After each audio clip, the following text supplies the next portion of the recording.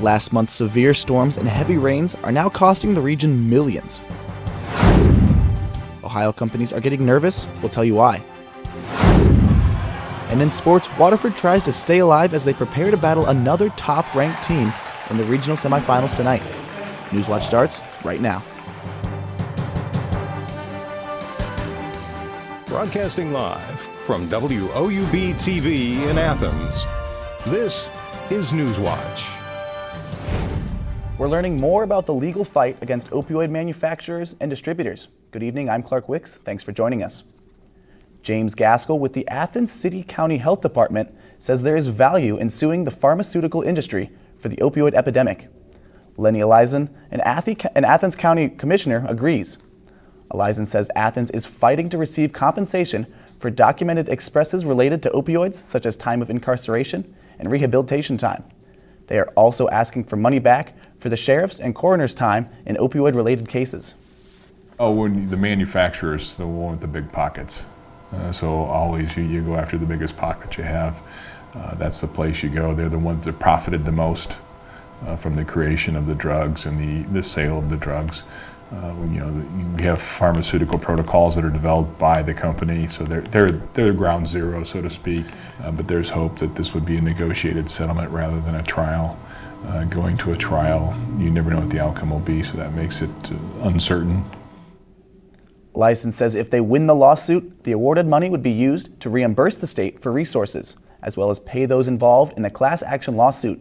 But more importantly, it would be put toward future education efforts, such as school programs and support groups. Athens County officials are working with emergency management agencies to determine if the country is eligible for disaster assistance aid. Governor John Kasich declared a state of disaster this morning. The proclamation allows the state to receive funds to repair the damaged roads. Damages are from the severe storms and flooding that hit the area last month. 17 counties were listed in Kasich's proclamation, including Athens, Meigs, Hawking, and Lawrence counties. The current estimate of damages totals more than $5 million. The Athens County Damage Assessment estimated Athens roads had over $2 million in damages.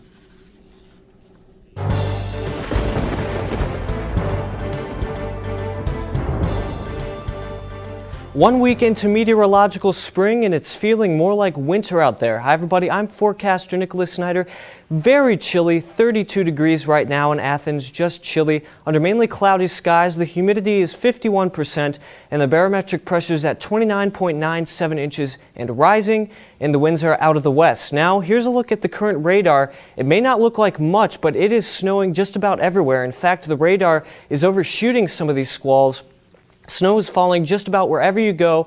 It may be light to moderate snow. Now, our weather photo of the week coming from Sean Smith up in Cleveland showing heavy snow. We're not going to see that much snow tonight, but we're definitely going to see a little bit of snow. Now, of course, follow me on social media to receive weather updates, ask any weather question, and send in your weather photos for the weather photo of the week at Snyder_WX on Twitter and Instagram. Now, the highlights for the next couple of days: we're going to be chilly, snow will clear out, and next week will feel a lot colder. Spring break is going to feel a lot more like winter break, Clark.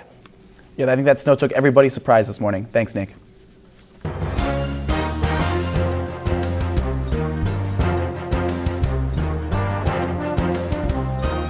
The European Union says it's preparing to retaliate if the White House follows through on its proposed tariffs on steel and aluminum. The European argument is that Donald Trump simply isn't playing by the rules of the World Trade Organization. President Trump announced today tariffs will start at 10% and 25% initially. He says he will adjust the rate depending on the country. And I'll have a right to drop out countries or add countries. We just want fairness, because we have not been treated fairly by other countries. Europe is worried that Donald Trump is endangering the global trade system and the transatlantic friendship on which it was built. Europe isn't the only country worried about the consequences of the tariffs. As CNN Ryan Nobles reports, some in Ohio fear the new policy could result in major job cuts. There may not be a place in America paying closer attention to President Trump's proposal to slap a hefty tariff on steel imports than Northeast Ohio. I mean, and that's what shaped this valley. Whether it is the making of steel, the fabrication of steel, or the use of steel to make products like cars, medical equipment, and buildings, Cleveland's economy is heavily reliant on the resource, and the impact of these tariffs could be massive and immediate. There will be a net loss of jobs in the steel consuming industry for sure. Heitman Steel is smack dab in the middle of the steel supply chain. They buy millions of pounds of raw steel, process it, and sell it to companies like automakers. There's about a ton of steel in a vehicle on average. Heitman's president and CEO, Tim Barra, said that the tariff plan may offer a quick boost, but then a degree of uncertainty. You see all this steel here? Every day it goes up in value. Yeah. That's good for us, short term. Right. It's still questionable how it's going to impact us long term. Heitman, a family-owned Ohio company, counts automakers among its biggest customers. The auto industry at this point is nervous about the proposal. The American Automotive Policy Council put out a statement in the wake of the president's announcement, warning that, quote, this would place the U.S. automotive industry, which supports more than 7 million American jobs, at a competitive disadvantage. Bill Gaskin, the president emeritus of the Precision Metal Forming Association, represents hundreds of companies that buy and use steel in their products. 150 of those companies are based in Ohio. And he warns the decision could lead to job losses and companies closing. It leaves very little to hire people and do the other things that a company has to do, especially invest in new equipment. But the people actually making the steel itself are for the tariffs, including Tony Panza, who spent years inside the mills of ArcelorMittal in Cleveland and now represents his fellow employees through the local United Steelworkers. He argues that tariffs will balance the global playing field and create jobs immediately. And certainly, more people working here, more tax money, more tax dollars going to the communities, going to the states. I just think in the long run, it benefits everybody. Gaskins disagrees. He argues in the U.S. there are 160,000 steel jobs versus more than 6 million that are related to companies that consume steel. It's very hard to make the case that this generates more jobs. Ryan Nobles, CNN, Cleveland, Ohio. President Trump signed the tariffs today, despite many top executives all over the country voicing their concern. A new bill in Kentucky will make child marriages illegal. The bill cleared the Senate yesterday by a vote of 34-3. It would outlaw marriages to anyone 16 and younger and require a judge and parental approval for 17-year-olds. Kentucky currently does not have a minimum age limit for marriage. Girls under 16 can marry if they are pregnant and have permission from a judge. The Kentucky House Judiciary Committee is making it harder to get an abortion. The GOP-led committee advanced a bill that would ban abortions after 11 weeks of pregnancy.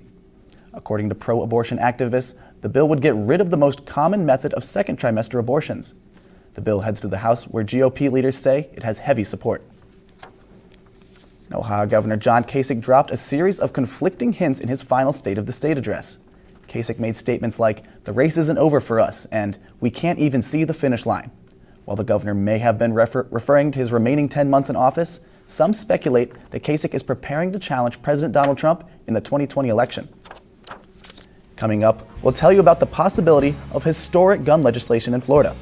Plus, women in Spain are marching through the streets. Find out why when Newswatch returns.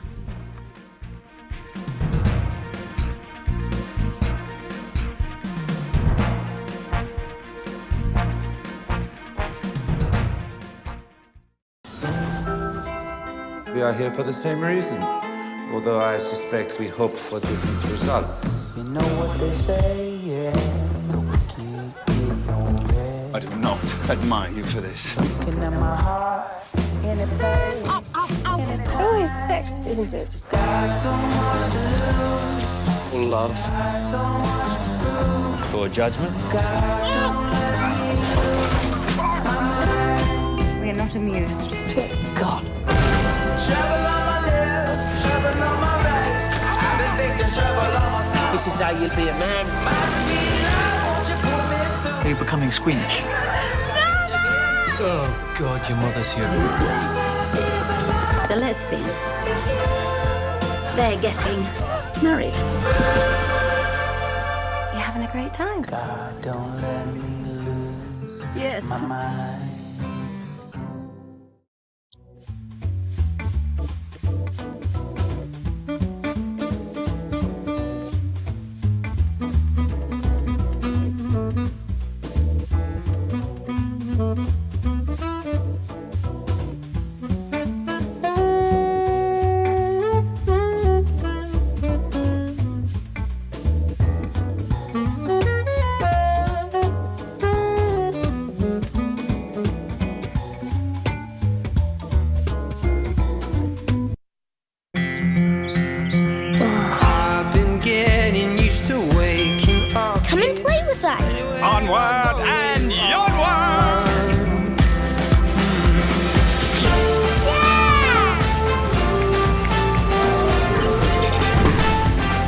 Good ideas open up a whole new world of possibilities. The more you know about history, the more you know about yourself. The sky is the limit. Where I go, there you are.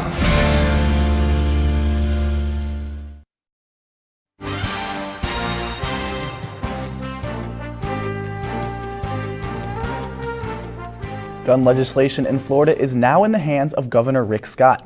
The governor has expressed concerns about some details in the bill that passed the Florida legislature. The bill, also known as the Marjorie Stoneman Douglas High School Public Safety Act, raises the age for purchasing guns, bans bump stocks, and allows certain school employees to carry guns. It also allows law enforcement to take weapons from people deemed mentally unfit. I'm going to read the bill, and I'm going to talk to parents.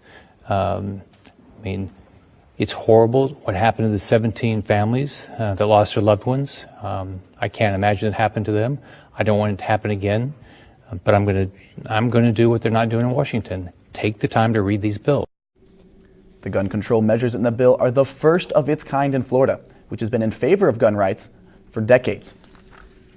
Now, 2 students were shot and 1 died in accidental shooting at Huffman High School in Birmingham, Alabama yesterday afternoon. According to police, a boy and a girl, both 17 years old, were accidentally shot after classes were dismissed.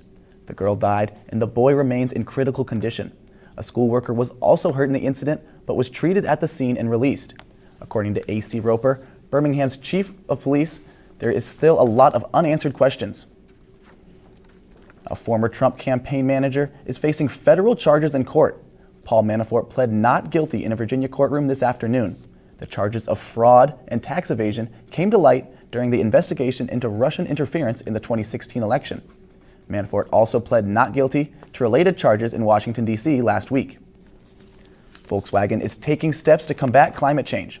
The company announced today it will stop using coal to power its assembly plant in Germany. The company will spend nearly $500 million to modernize 2 power stations there. The plan is for both stations to use natural gas instead of coal by 2022. Volkswagen is also boosting production of electric cars.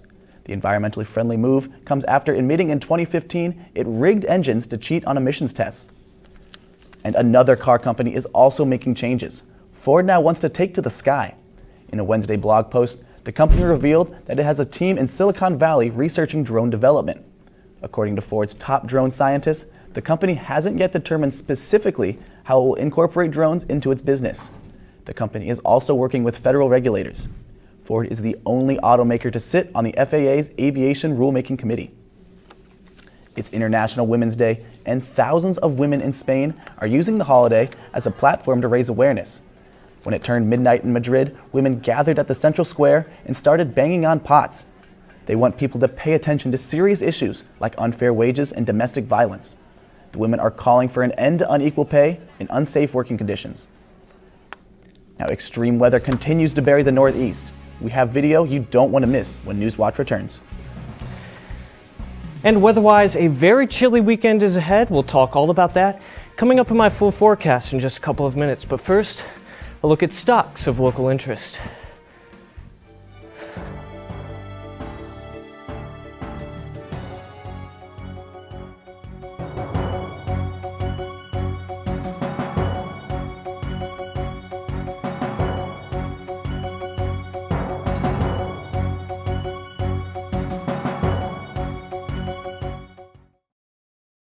I don't mind saying it. Now you look like an astronaut. My dream is to walk on the moon. 2, 1. Look at this place.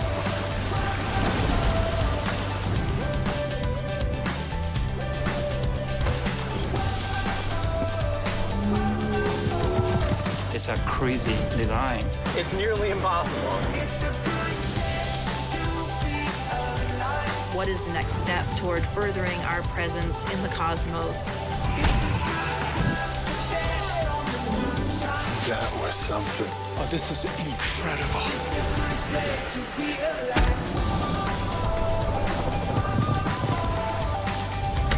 Very, very scary.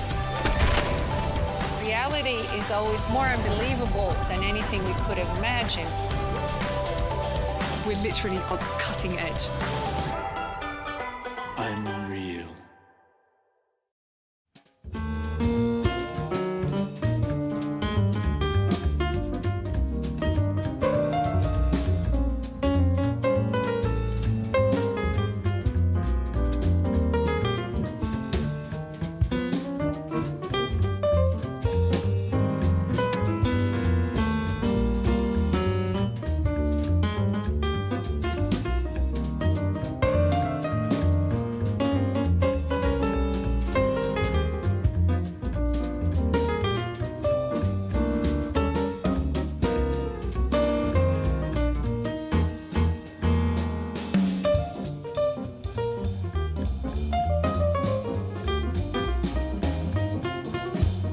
Hi, I'm Hari Srinivasan from the PBS NewsHour. And I'm Mark Brewer from WOUB. Join me on PBS NewsHour and PBS NewsHour Weekend for the latest news and analysis of the issues that matter most to you. Weeknights at 7 p.m. and Sundays at 5 right here on WOUB Public Media.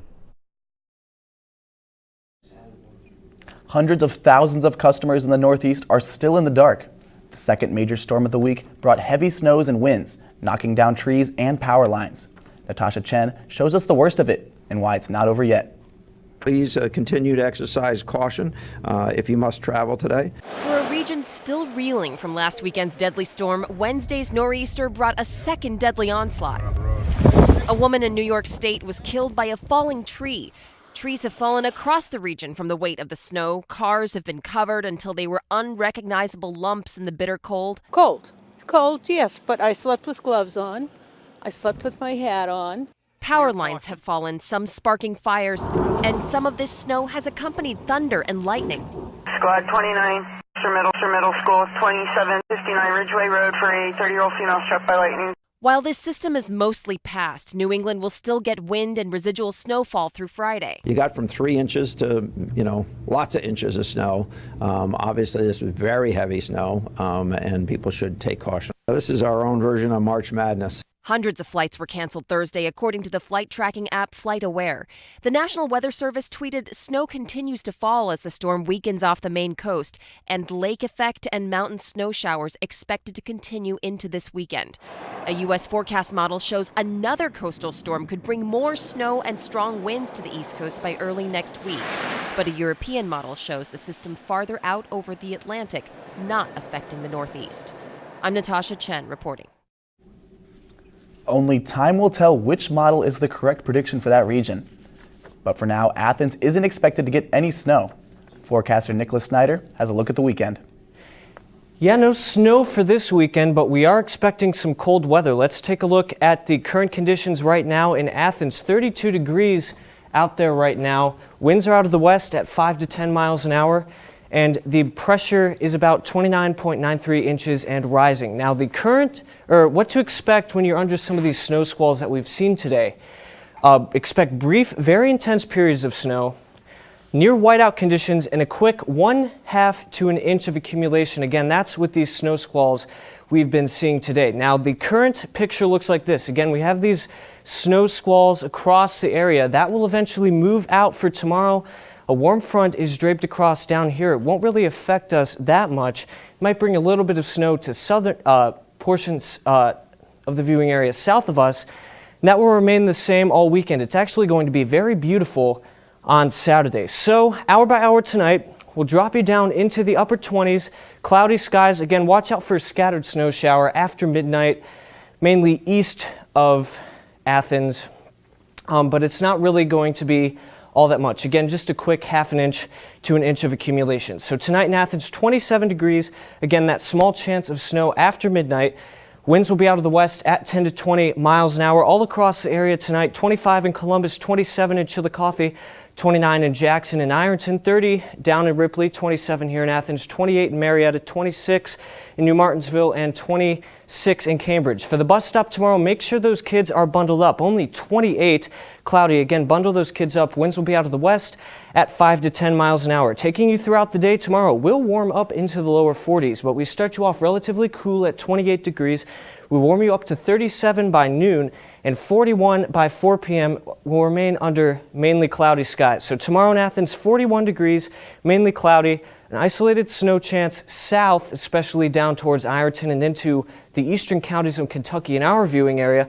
All across the area, 37 in Columbus, 40 in Chillicothe, 41 in Jackson, 42 down in Ironton, 41 in Ripley and Athens, 39 here in 39 in Marietta, 37 in New Martinsville, and 35 in Cambridge. The weekend outlook looks like this. Look at this beautiful weekend. 47 on Saturday, 47 on Sunday, under mainly sunny skies. And as we take a look at the extended forecast, a very chilly week next week. 44 on Monday, 39 on Tuesday, 44 on Wednesday, 47 on Thursday, all under partly cloudy to mainly sunny skies.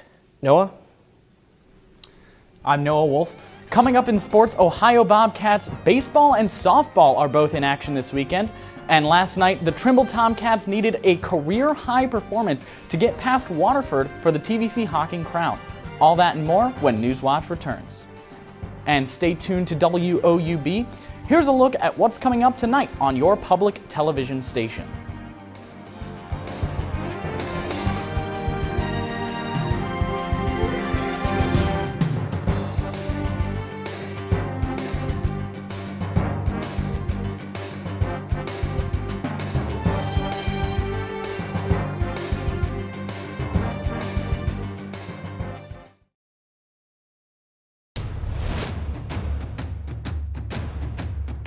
Feel my face anymore.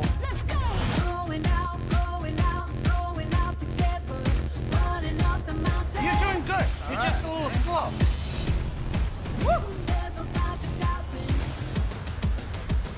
Welcome to madness. I'm expecting the unexpected. The chicken feet really put me in a foul mood. Join us for Family Ingredients Season 2. Show me your mayonnaise, and I'll tell you who you are. I can't wait to have a taste.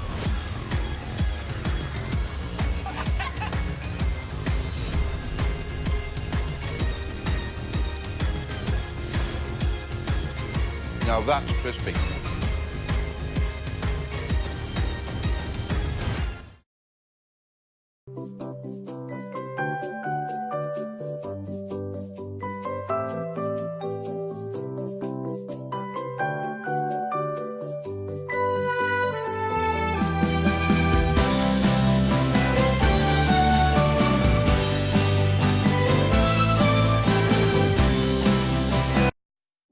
Hello, I'm Paula Kerger, president of PBS.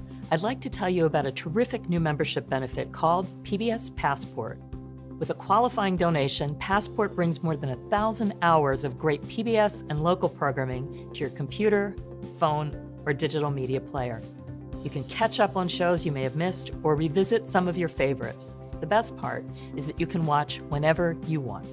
When you make your qualifying donation, you'll help to make all of the programs you love on this station possible, so don't delay. I know that you're going to love PBS Passport, so please make that donation right now. And thank you for your support.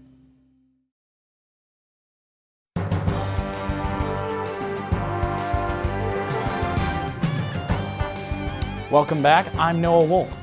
Last night was an interesting one for two high school basketball teams. After their final regular season matchup was postponed, the Trimble Tomcats invited the Waterford Wildcats to Gloucester for a game that not only decided the champion of the TVC Hawking, but was played after both teams had already been eliminated from the playoffs. Trimble ultimately came away with the victory 74-60. Trimble senior Randy Hickson ended his high school basketball career with a career-high 53 points. Hickson's previous career high was 40, but he reached that mark in the third quarter of last night's game. Hickson's teammates combined for just 21 points, but he praised the other aspects of their performance. I have to give my teammates a whole lot of credit because they wanted me to do it. It wasn't like they were upset about me. They were getting me the ball whenever.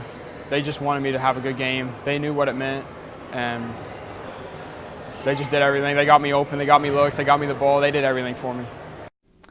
And speaking of Waterford, the Lady Wildcats take on Portsmouth Notre Dame at Jackson tonight in the Ohio High School Athletic Association regional semifinals. Now, these two teams have a combined one loss on the season, that being Waterford's loss in their first game of the year. And that was by only 4 points to Parkersburg way back on December 2nd. Waterford comes in looking for a taste of revenge as several of their players were on the school's volleyball team that got knocked out of the playoffs by none other than Notre Dame. Tip-off is at 7.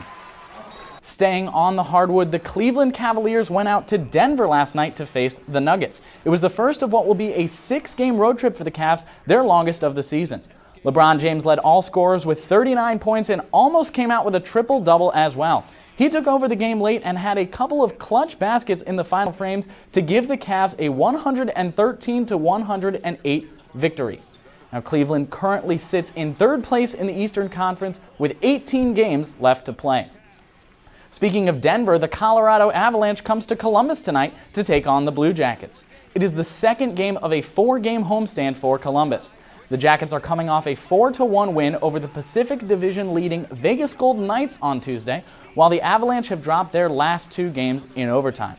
Columbus is fighting for their playoff chances, and every game left is important. The Jackets currently hold a 2-point lead over the Florida Panthers for the final spot in the playoffs. Puck drops tonight at 7. And back here in Athens, the Ohio University baseball and softball teams will be getting back into the swing of things tomorrow after a few days off. The baseball team is currently at 500 through 12 games so far. They haven't played since Sunday, but have Game 1 of a 3-game series at Towson tomorrow at 2 p.m.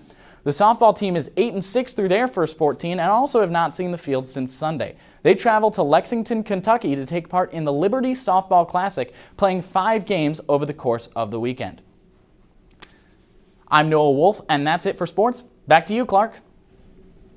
Thanks, Noah. Now, apparently 2 emperor penguins in Antarctica stumbled across a camera left by expeditioner Eddie Galt. The curious birds flipped it over to face skyward, and of course, they took a selfie video. The Australian Antarctic Division posted the 38-second clip on its Twitter page. The video was captured at the Oster Rookery near Australia's Mawson Research Station. Now with that, we're going to go back to Nicholas for a final look at your weather. Thanks, Clark. Tomorrow will not be all that bad. That snow will clear out. It will be cloudy, however, but chilly but bearable. 41 degrees tomorrow, mainly cloudy. Again, we'll mention that isolated snow chance further south toward Ironton. Winds will be out of the west at 10 to 15 miles an hour all across the area tomorrow. 41 here in Athens, 41 down in Ripley and Jackson, 40 in Chillicothe, 37 in Columbus, 36 in Newark, and 35 in Cambridge, 37 in New Martinsville, 41 in Jackson, and 40 down in Chillicothe. As we take a look at the weekend outlook, 41 on Friday, 47 on Saturday, 47 on Sunday. Just a beautiful weekend is ahead, and as we take a look at the extended forecast, which is not up there, I apologize for that. It's going to be a very chilly week going into next week with sunny to mainly partly cloudy skies. Clark? That does it for our broadcast this evening. Thanks for watching. I'm Clark Wicks. Now be sure to tune in to next Newswatch on March 19th. And remember, you can find the latest news at woub.org.